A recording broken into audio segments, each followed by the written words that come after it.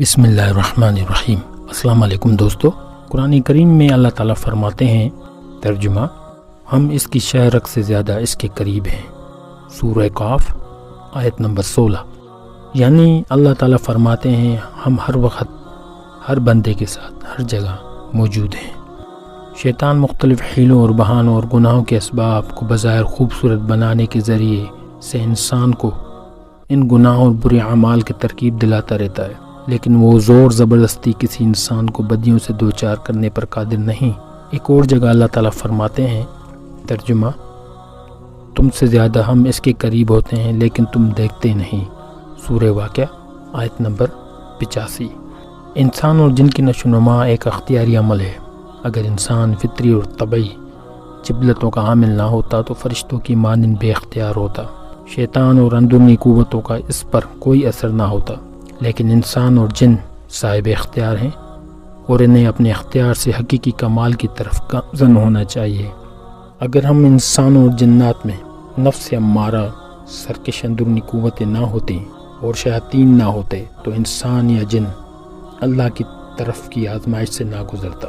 قرآن کریم میں ایک اور جگہ پہ اللہ تعالیٰ فرماتے ہیں، ترجمہ: وہی ہے جس نے آسمانوں اور زمین کو 6 دنوں میں پیدا کیا، پھر عرش بری پر جلوہ افروز ہو گیا، اور اسے بھی جانتا ہے جو کچھ زمین میں داخل ہوتا ہے، اور اسے بھی جانتا ہے جو کچھ اس میں سے نکلتا ہے، اور جو کچھ آسمانوں سے اترتا ہے اور جو کچھ اس میں چڑھتا ہے، اور وہ تمہارے ساتھ ہے خواہ تم کہیں بھی ہو، اور جو کچھ بھی تم کیا کرتے ہو ایسے وہ دیکھتا ہے۔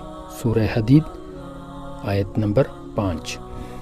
علامہ سید محمد حسین طباطبائی فرماتے ہیں، اگر کوئی شیطان نہ ہوتا عالم انسانی کا نظام بھی نہ ہوتا، اور ایک شیطان کا وجود جو انسان کو شر اور گناہ کی دعوت دیتا ہے۔ قرآن کریم میں ایک اور جگہ اللہ تعالیٰ فرماتے ہیں، اور اے نبی، جس وقت تم نے کنکریاں پھینکی تھی تو وہ تم نے نہیں پھینکی تھی بلکہ اللہ نے پھینکی تھی۔ اللہ تعالیٰ کی ذات مجھ سے میرے دل سے زیادہ قریب ہے۔ اگر میں کہوں کہ اللہ تعالیٰ میرے دل میں ہے تو یہ درست ہوگا، کیونکہ وہ میرے بارے میں خود مجھ سے زیادہ جانتے ہیں۔